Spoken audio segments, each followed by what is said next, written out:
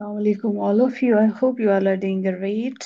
जैसे कि आपको पता है कि हमने जो है वो जर्नल साइंस की एवरीडे साइंस की सीरीज शुरू की है, जिसमें आपको वन लाइनर क्वेश्चंस मिलेंगे। और ये बहुत ज़्यादा एक यूज़फुल सीरीज है क्योंकि इसमें क्विक रिवीजन हो जाती है वन लाइनर में। तो अगर आप मेरे चैनल पे न्यू हैं तो please don't forget to like subscribe my content and share with your friends, and don't forget to press the bell icon so that you people will never miss any video lecture. अगर आप ये पूरी series देखना चाह रहे हैं तो आप प्लेलिस्ट में जाके ये देख सकते हैं, क्योंकि हर जो है वो सब्जेक्ट की, जैसे इस्लामियात हो गया, जनरल नॉलेज हो गया, पीएमएस के पास पेपर्स हो गए, और इंग्लिश के जो है वो लेक्चर्स हो गए, तो वो आपको सारे सीरीज में मिलेंगे। राइट, तो आप वो पूरी सीरीज फॉलो करेंगे तो ये आप कोई भी लेक्चर मिस नहीं करेंगे।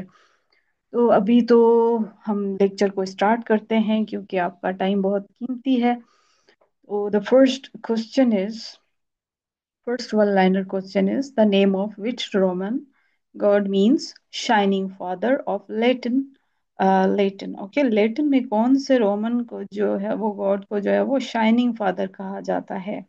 जैसे आपको पता है कि जुपिटर को जो है वो कहा जाता है। ये कॉमन क्वेश्चन है, वो आपको पता भी होगा। और ये जुपिटर जो है वो प्लेनेट जो है वो बिगेस्ट प्लेनेट भी होता है।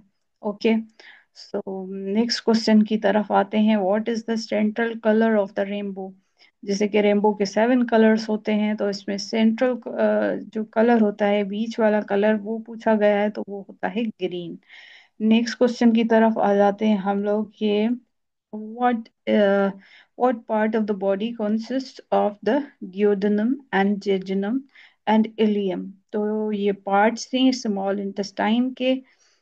इसमें ये पूछा गया है कि कौन से बॉडी के पार्ट्स जो हैं वो कॉन्सिस्ट हैं डिओडेनम में, डिओडेनम पे, जेजुनम पे, या इलियम पे। तो ये सारे बॉडी पार्ट्स जो हैं वो, ये जो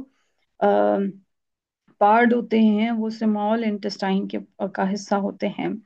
What in internet terminology does SMTP stands for? जैसे लास्ट टाइम हमने सिम का पढ़ा था, फुल फॉर्म जिसका था कि सब्सक्राइबर आइडेंटिटी मॉड्यूल। अब इसमें पूछा गया है SMTP का। राइट, तो वो है simple mail transfer protocol. Simple mail transfer protocol, ये आप याद रख लें। ये रिपीटेड क्वेश्चन है, ये मैंने पास पेपर में देखा भी था। ये आया था कि एसएमटीपी का फुल फॉर्म पूछा गया था। ये एक इंटरनेट की टर्मिनोलॉजी में इसको कहते हैं simple mail transfer protocol. Okay, ये इसका फुल फॉर्म है। The next question is what in internet terminology does FTP stands for? अब ये भी रिपीटेड क्वेश्चन है, ये क्वेश्चन भी मैंने देखा था पास पेपर्स में पूछा गया था। इसका मतलब ये है कि file transfer protocol, file transfer protocol. Okay, अब हम लोग नेक्स्ट क्वेश्चन की तरफ आए, तो वो है what is the art of preparing stuffing and mounting the skins of animals to make lifelike models like taxidermy taxidermy।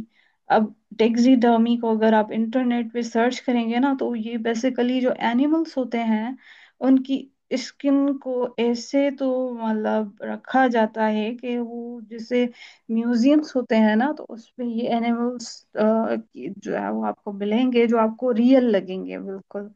तो उनको प्रिपेयर ऐसा किया जाता है, स्टफिंग उनकी ऐसी की जाती है कि उनकी स्किन को ऐसे तैयार किया जाता है कि वो आपको लाइफ लाइक मॉडल से रखते हैं, और उसकी स्टडी को हम लोग कह रहे होते हैं टेक्सिडर्मी। ओके,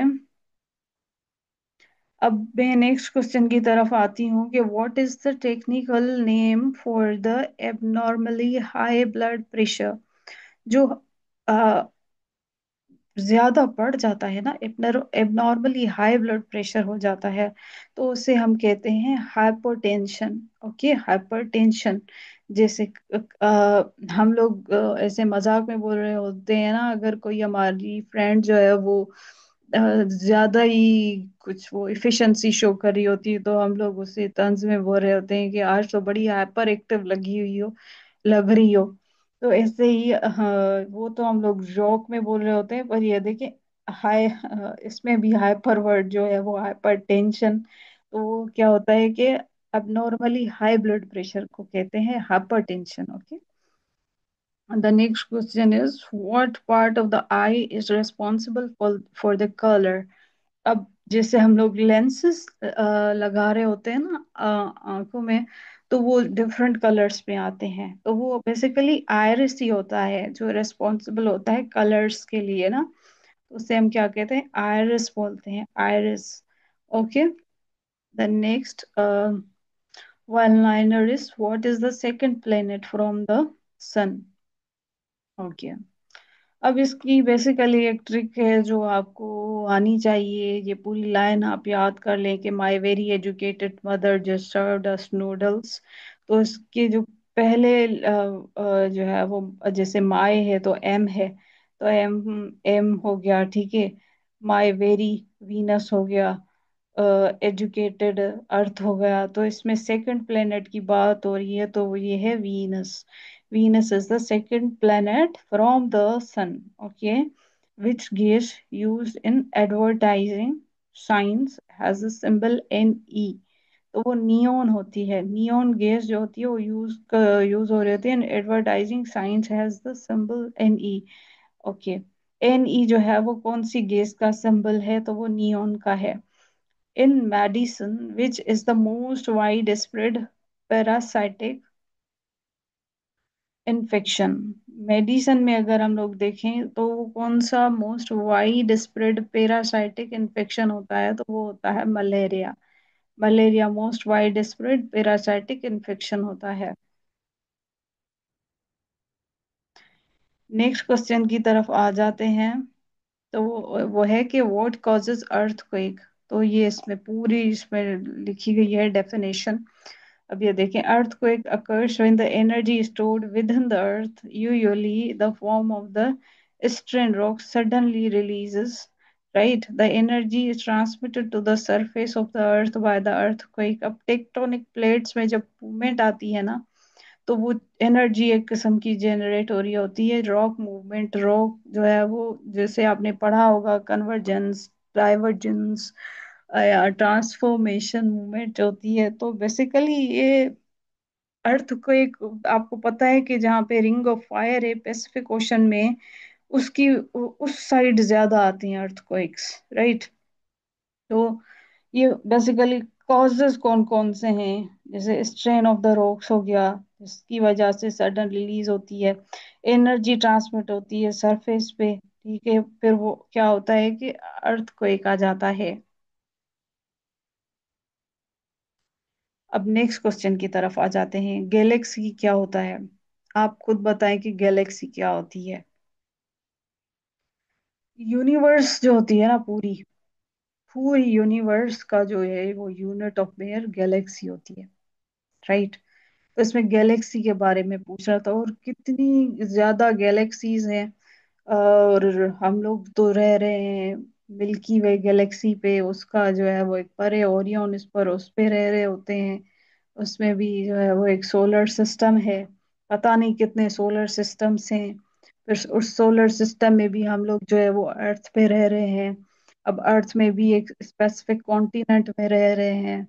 कॉन्टिनेंट को देखें तो हम लोग उसमें भी अ, जो है वो साउथ एशियंस हैं, तो साउथ एशिया में रह रहे हैं।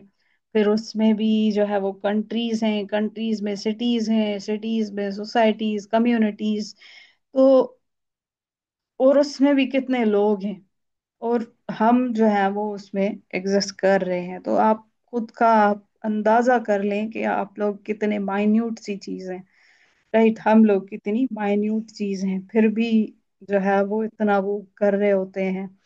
राइट, तो ये गैलेक्सी की बेसिकली इसमें डेफिनेशन पूछी गई थी, तो मैंने आपको इतना ज्यादा बता दिया। गैलेक्सी एक मैसिव क्या होती है, ensemble, okay, of the hundreds of the millions of the stars, all gravitationally interacting and orbiting about the common center.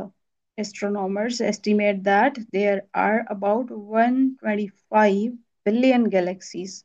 देखें कितनी ज्यादा गैलेक्सीज हैं यूनिवर्स में, 125 बिलियन गैलेक्सीज हैं। राइट। तो हम लोग क्या है, एक स्पेसिफिक गैलेक्सी पे रह रहे हैं, और पता नहीं कितनी जो है वो गैलेक्सीज हैं। All the stars visible to unaided eye from Earth belong to Earth's galaxy, the Milky Way। हम लोग मिल्की वे पे रह रहे हैं, राइट। तो ये बेसिकली पूरी डेफिनेशन थी मिल्क इसकी गैलेक्सी की। एक मैसिव जो है वो एक जो है वो ensemble of hundreds of millions of the stars से, ओके, जो इंटरेक्ट कर रहा होता है कॉमन सेंटर की तरफ। ओके, तो ये थी पूरी डेफिनेशन गैलेक्सी की। अगर हम लोग नेक्स्ट क्वेश्चन की तरफ आए तो what is an anemometer. Anemometer जो है वो एक ग्रीक जो है वो है वर्ड है, एनीमोस से निकला हुआ है, और विंड जिसका मतलब है विंड। मेट्रोन का मतलब होता है मेयर, ओके।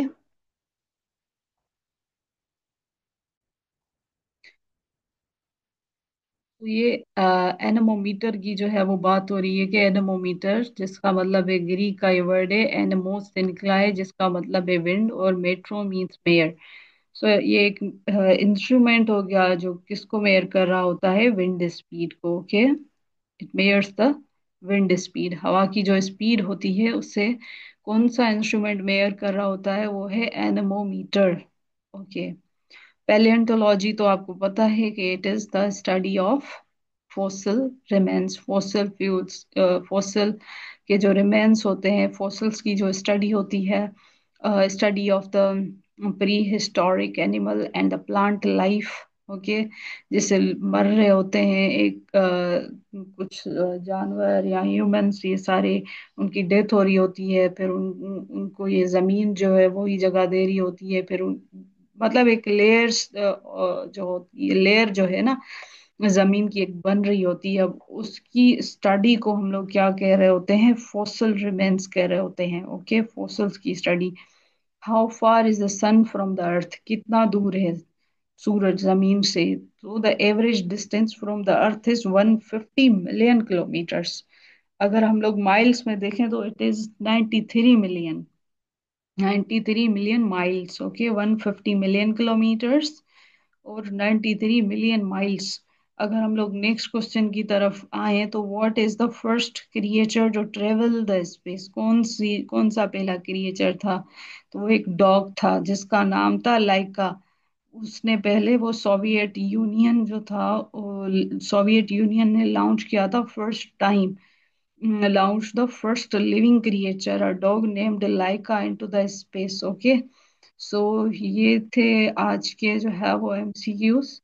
और वो कब गए थे ये भी आप याद रख लेंगे, तो वो गए थे नवंबर 1957 में, ये क्वेश्चन आ रहा होता है, और डॉग का नेम भी पूछ रहे होते हैं, और वो किसने पहले भेजा था एक क्रिएटर, तो वो भी पूछ रहे होते हैं कि सोवियत यूनियन ने पूछा था नवंबर 3 1957। I think it's enough for today's class. अगर आप मेरे चैनल पे न्यू हैं तो don't forget to hit the like button and subscribe my channel and share my content with your friends, because it keeps me motivated. Thank you. Allah Hafiz. Take care.